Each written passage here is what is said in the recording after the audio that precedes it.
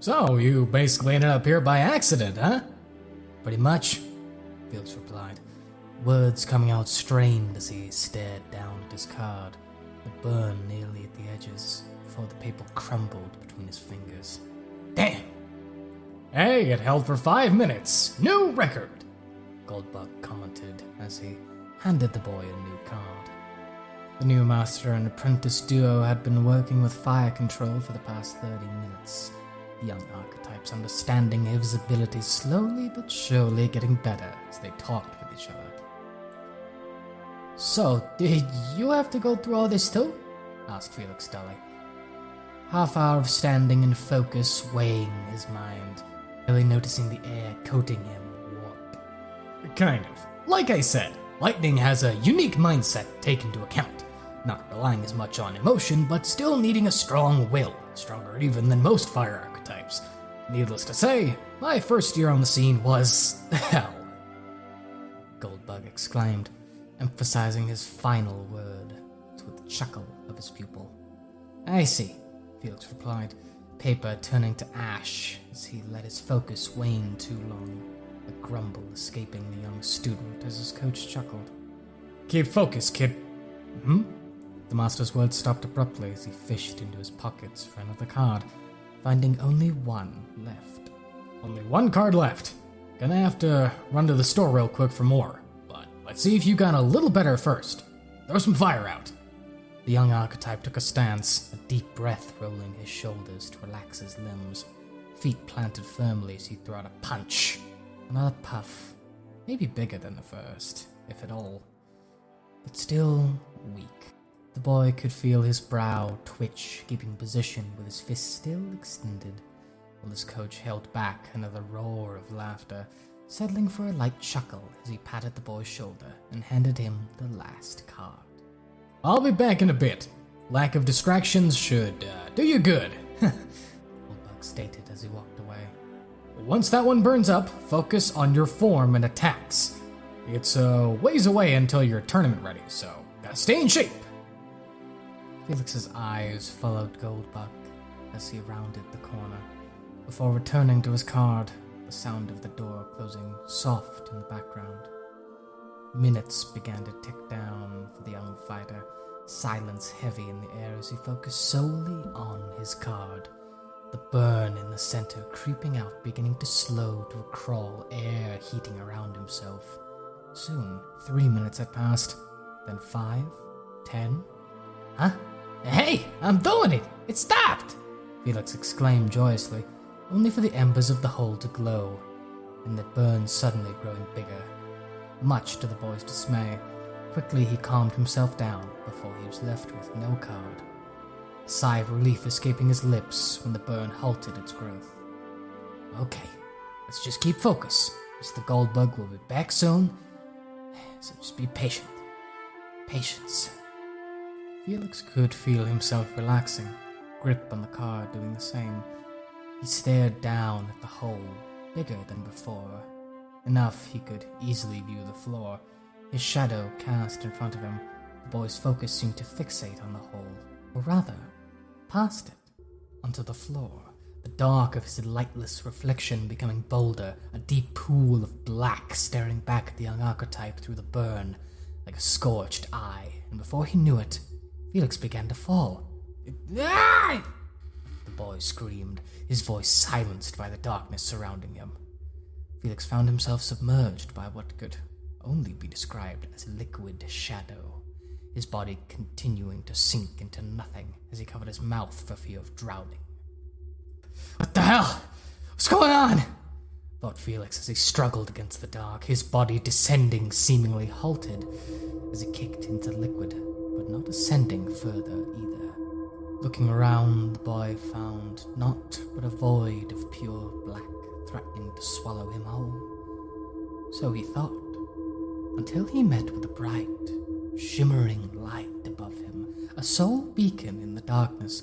Quickly he moved to greet it, but no matter how he swam, he remained stationary. The only proof he had anything was working being that he wasn't noticeably dropping deeper into the dark. Shit, what am I supposed to do? Tell me I'm stuck here. God damn, come on, move! Move! Get out! Rung a voice from the void.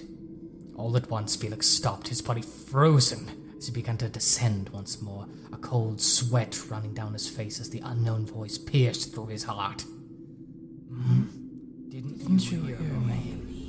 No. I know you did. They all do. Once they end up here.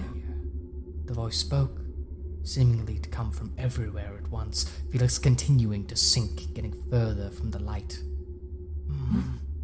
I see. You can't leave, can you? The voice chuckled softly, practically a whisper, pressed into Felix's ear.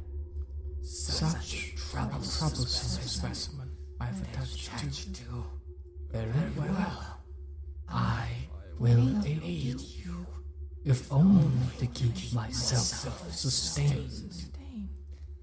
Suddenly, darkness began to crawl along Felix's body, much to the young man's horror. He struggled against the shadows, consuming his body, but try as he might, Felix could not escape.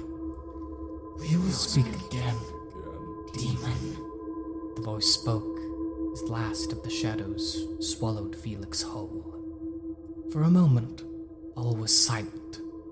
Broken when a weak groan pierced the air, Felix's eyes slowly opening, adjusting to the light of the gym he found himself in once more. Huh? Felix shot up, head snapping side to side, hastily trying to gauge his environment. Slowly, the boy found himself beginning to calm, as the familiar surroundings of Savage AM made themselves apparent to him. I'm back. I'm back. The boy assured himself, feeling his body for any changes or wounds, heavy breathing slowing, giving way to a crackling sound. Looking towards the sound, Felix was met with a deep, black flame, a blue hue surrounding it as it slowly died down.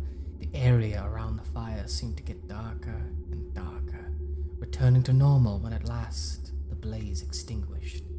In its place, the charred remains of a card.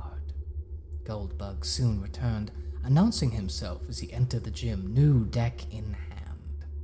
I'm back! Hope you weren't too bored without me. Kid? Goldbug spoke tentatively as he was met with an antsy, disheveled student, heel bouncing as the boy stared at his teacher from his chair. We need to talk.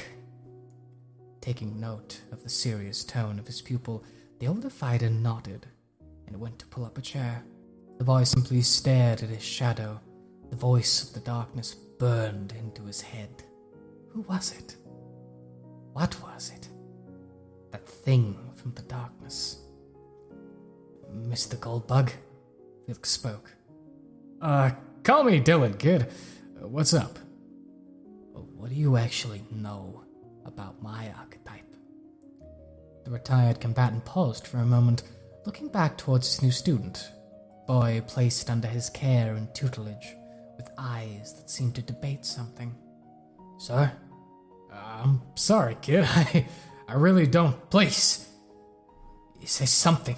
Anything you can tell me about this power, Felix asked, desperately pleading for answers, grabbing onto the shoulders of his coach as he shook with fear, terrified of his ability he'd found himself with. Felix, calm down. Just no! The young man roared. You don't get it.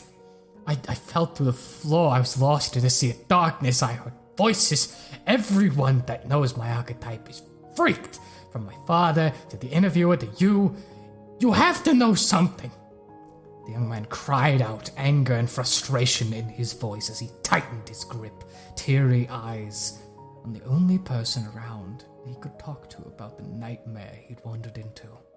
His head lowered in defeat. Please, just tell me, what happened to me? Silence falls over the room. The older fighter first gripped tightly as he looked at his pupil, a boy who didn't truly want to be here, thrown in for the sake of others' greed, and knowledge withheld from him so that he wouldn't be a problem. He took the boy by the shoulders and sat him down before returning to his own. Let me preface this by stating, I'm sorry. I was asked to withhold this information from you. I complied because I believed knowing would only make it worse, would drive you into hasty action. I see now that was simply me being cowardly and neglectful, and I can't apologize enough for that. Felix looked at Goldbug, exhausted and worried as he hung on his words. Your archetype, the demon, well, there's no easy way of saying this, but it's believed to be cursed, Goldbug uttered bitterly. Cursed? Parroted Felix softly, voice barely audible. For the past few decades or so, your power has bounced from person to person, some of them renowned Archetype Makai fighters in the more loose parts of the industry. I'm not sure if you're aware, but powers are permanent. Once you've ingested an archetype, you've got it until your dying day. Felix held his breath, staring at the man before him, not wanting to believe the direction he knew this was taking. The thing is, more of the people that find themselves as the demon die young, and often by their own hands. They die by the... Did they kill themselves? Felix exclaimed aghast. The old veteran archetype looked at his pupil with sad, pensive eyes, feeling he had said both too much and not enough. Mustering his resolve, he continued. Yeah, apparently, many of them were diagnosed with a form of schizophrenia, unreceptive to medication or manipulation by most archetypes. Use these kinds of things. They all had pretty consistent reports, though. They were all found floating in the air, drowned in a pool of darkness. Felix simply looked at his mentor, silent and in shock. Dylan averted his gaze from the young man's. I can't express how sorry I am, but I can at least assure you, Cafabe will do everything in its power to... Cafabe! Felix interrupted. Wait a minute, the association, it knew about this. It knew about all of this, and it still had this power in the lineup?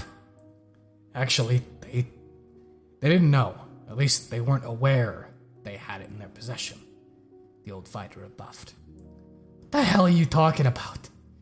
Goldbug explained that the demon archetype was infamous within the walls of Archetype Makai, with many organizations outright banning its possession.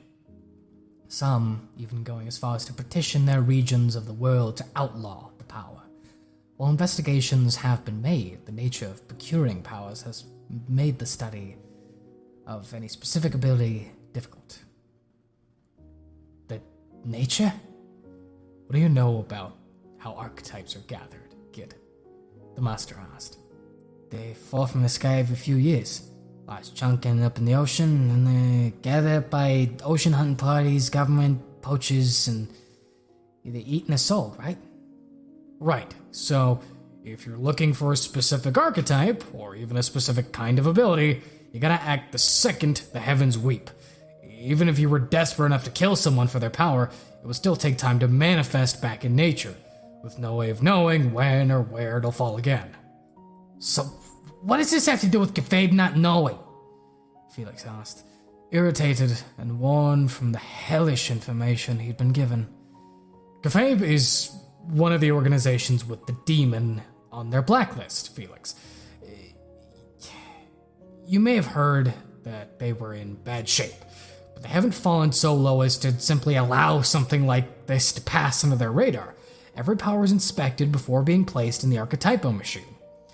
Then why the hell did I pull it out of there? The young man asked sardonically. You sure you want to know? Felix's blood ran hot. Here he was in a gym for archetypes he shouldn't be in, with an illegal power he shouldn't have, because he fought against a psycho in an event he didn't even want to be at. This was past the point of wanting to know. He deserved to know.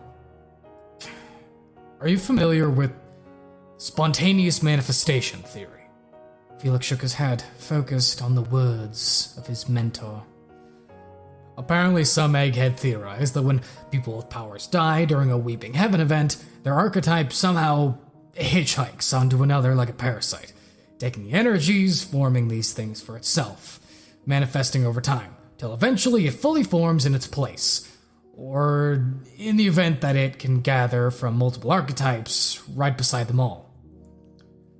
There was a long silence, Felix biting into his thumbnail, doing his best to process all of this information that had been dumped onto him. It's only a theory at the moment. Apparently some machines categorizing in-stock powers found ones missing and replaced, or just entirely new ones in inventory, with no purchase or retrieval history. Other than that, there's no immediate proof that this can or does happen. So, that's it. This is all just one big cosmic accident? I'm sorry, kid, Goldbug replied grimly. The day went on, both master and pupil dejected and exhausted after their conversation, dedicated the rest of their time to basic training, running through drills, guards. Occasionally Felix would manage to bring out a small candle flame, a fire that danced devilishly upon his thumb, silently mocking his misfortune for being chosen as its wielder. The father returned eventually to retrieve his child, Mentor agreeing to the boy that he would not tell his father, though he had a suspicion the man most likely already knew. Shaking hands once more, the Velatora's men bid farewell to the Bee for now, agreeing to return tomorrow evening for the next session. Jonathan began to talk to his son as they made for the car. So, how'd your first day go? Old Goldbug teach you some of his moves? The old Velatoras asked the other. Yeah, a few. Felix answered hesitantly. The father studied his son's face, exhaustion clear in both his expression and his voice. He wrapped an arm around the young man's shoulder. Felix, did something happen? Johnny asked his son, worry in his voice. No. It's just... Felix fumbled about for a reasonable explanation to his demeanor that was anything other than the truth, bringing his hand in front of him and giving a burning thumbs up. This is all I was really able to do today.